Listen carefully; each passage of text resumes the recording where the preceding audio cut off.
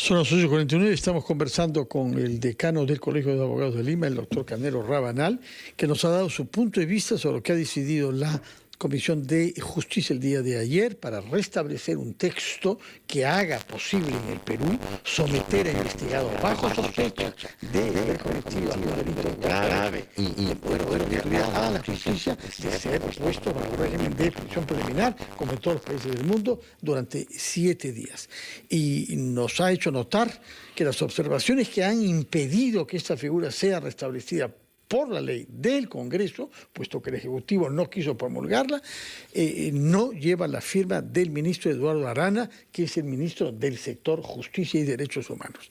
Fuera de ese aspecto, ¿qué otros casos penales no pueden ser objeto, según el gobierno, son la intención del gobierno, según las observaciones del gobierno? Porque se ha elaborado una lista de hasta 88 cargos diferentes que incluyen cosas tan horrorosas como el proxenetismo y con algunas formas de corrupción de funcionarios. Sí, pero fundamentalmente preocupa los casos de malversación, enriquecimiento ilícito, eventualmente peculado, lavado de activos y similares, que son justamente los que vinculan a la gran corrupción y a la gran corrupción política. Probablemente muchos de los que están a favor de la eliminación de la prisión preventiva estén investigados en esta materia. ¿Qué pasa con el tráfico de influencias? Bueno, el tráfico de influencias también es un delito que afecta gravemente y que va de la mano de la corrupción. Pero me refiero, si usted señala las observaciones. Sí, en las observaciones... ¿También deja fuera al tráfico de influencias? No recuerdo del catálogo, porque ya lo eliminaron con la votación de ayer, pero no recuerdo exactamente. Le hago la pregunta porque el ministro de Justicia, a propósito de lo que usted destacaba, está sometido a una investigación por este delito, por el caso Cuellos Blancos del Puerto. Es más, el Poder Judicial ha ordenado levantar el secreto de las comunicaciones para él.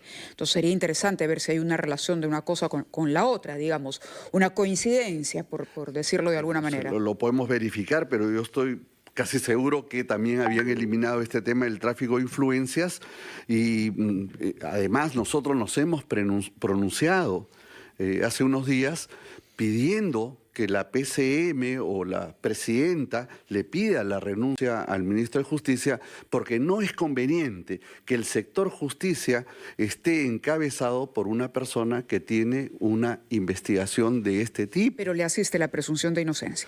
Bueno, eso me dijo el presidente de la PCM señalando que existe la presunción de inocencia. Pero por supuesto que existe la presunción de inocencia desde la perspectiva del derecho penal. Toda persona es inocente mientras no se decida judicialmente lo contrario.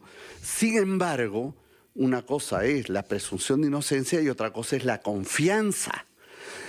Nombrar un ministro es un cargo de confianza. Yo no podría nombrar jefe de un lugar para cuidar a niños a un investigado por violación de menores. No podría nombrar al director de la DEA a un sospechoso de narcotráfico. No podría nombrar ministro de Justicia a un investigado por tráfico de influencias o vinculación con los Cuellos Blancos del Puerto. Esa es la no situación podría. que tenemos. Vamos a escuchar la opinión de dos abogados penalistas que tienen que lidiar en el terreno y que conocen bien cómo funciona y cómo no funciona esta figura de la prisión preliminar. Primero de ellos es el doctor Julio Rodríguez. Adelante, doctor.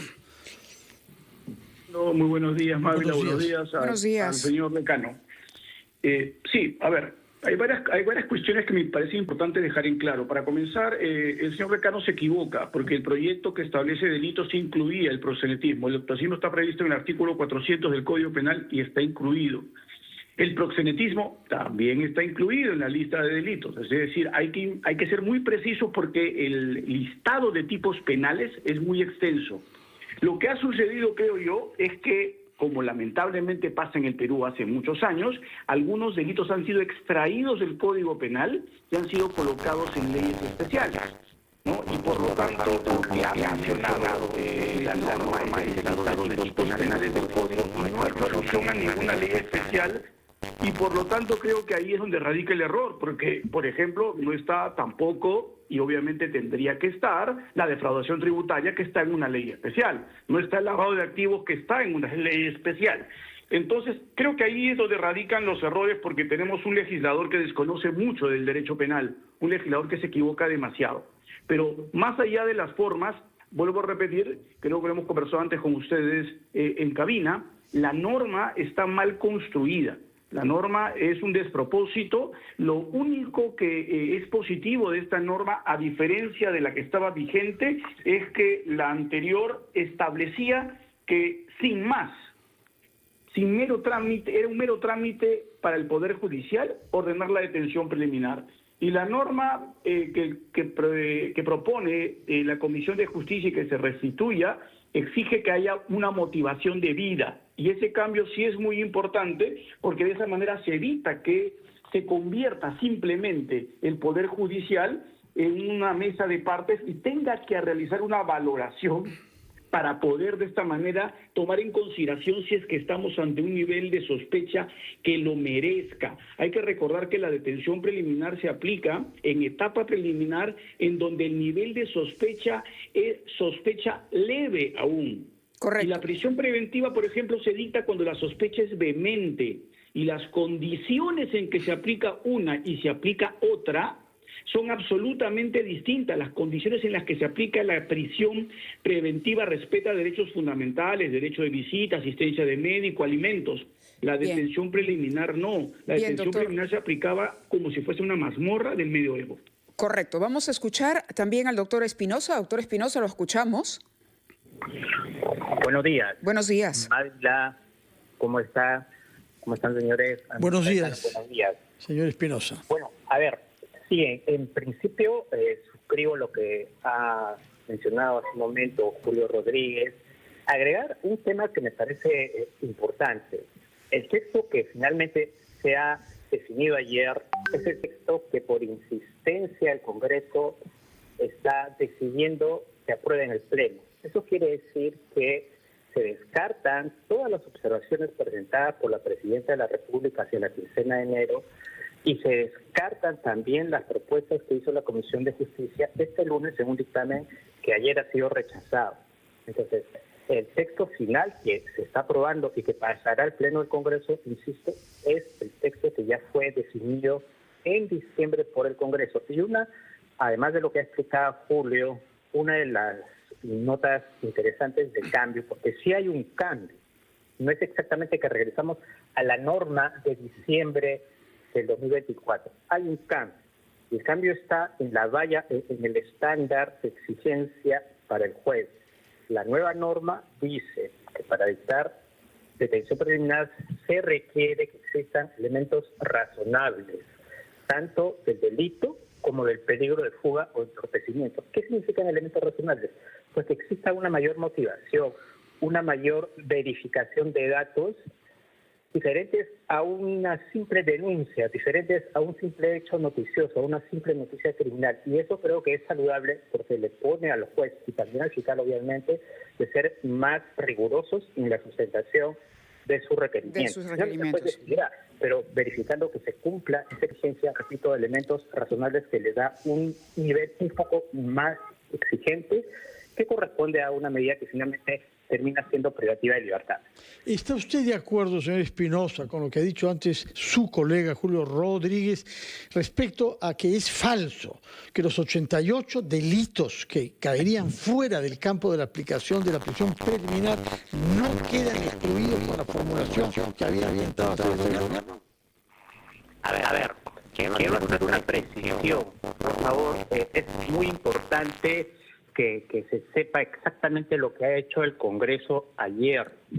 Esta confusión acerca de si la detención preliminar se va o no a aplicar a una lista de delitos, a una relación de delitos, y en función de la cual algunos podrían estar excluidos, es una idea, es una propuesta que surgió de la observación que hizo la Presidencia de la República. Allí la Presidencia planteaba una relación con algunos delitos y otros no.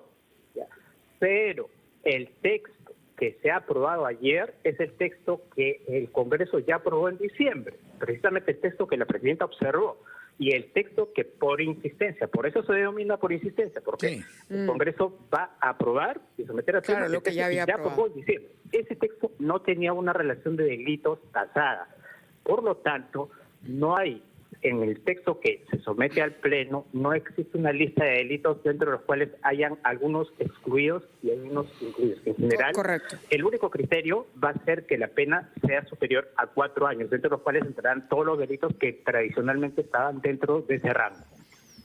Muy bien, muchas gracias, señor Julio Espinosa, por hacernos esas precisiones. Señor decano, usted ha escuchado a los dos miembros de la orden que usted dirige. Háganos sus comentarios, por favor. Sí, yo creo que gruesamente coincidimos. El doctor Rodríguez ha señalado que ha habido un error. Algunas leyes en ese catálogo que significó la oposición del Ejecutivo estaban en leyes particulares, sí, puede ser. Y también tiene que ver que estén en leyes particulares, porque de lo que se trata no es de que estén en tales y cuales leyes, sino de que sean cargos en virtud de los cuales un juez puede decir, señor, usted va a una prisión preliminar. Claro, y justamente no las habían puesto en el catálogo. Cuando hicieron la observación, no ponen ese catálogo, las dejan de lado. Eso es lo que dice el doctor, por desconocimiento y error. Y efectivamente hay un desconocimiento del derecho penal, yo coincido con lo que dice el doctor Rodríguez en esta materia.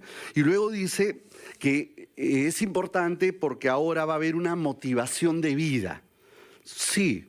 Se ha precisado eso. Pero no lo había antes. Pero es siempre ha verdad habido. Que por una nota periodística. No, pero además yo quiero recordar que la Constitución establece dentro de las garantías de administración de justicia la motivación de toda resolución judicial. Entonces, ¿cuál es la novedad? ¿Por qué se está diciendo que ahora sí hay una motivación? Bueno, yo diría que hay una redundancia. En la ley de la selva, que en base a una sospecha vaga se podía hacer prisión preliminar. Hay una precisión en la redacción. En todo caso hay una precisión o un remarcar que debe haber una motivación. El doctor Rodríguez dice que sin mucho trámite se dictaban las detenciones. Lo que pasa es que ha habido abuso, efectivamente, ¿no? Efectivamente se han dado casos de abuso, detenciones que de repente no debieron darse. Y lo que es peor, lo que más molesta es el trato indigno que se le daba a muchos detenidos en paños menores, en pijama, etcétera. Situaciones que además se hacían abusivas. La motivación, debo recordar, no es porque se tenga que poner en este acto, en esta norma. La motivación es una necesidad de toda resolución judicial y lo dice la Constitución. De acuerdo. Muchísimas gracias por estar con nosotros esta mañana. Ha sido el decano del Colegio de Abogados de Lima, el doctor Raúl Canelo Rabanal. Nosotros a las 9:02 vamos al gran resumen de la hora, pero regresamos para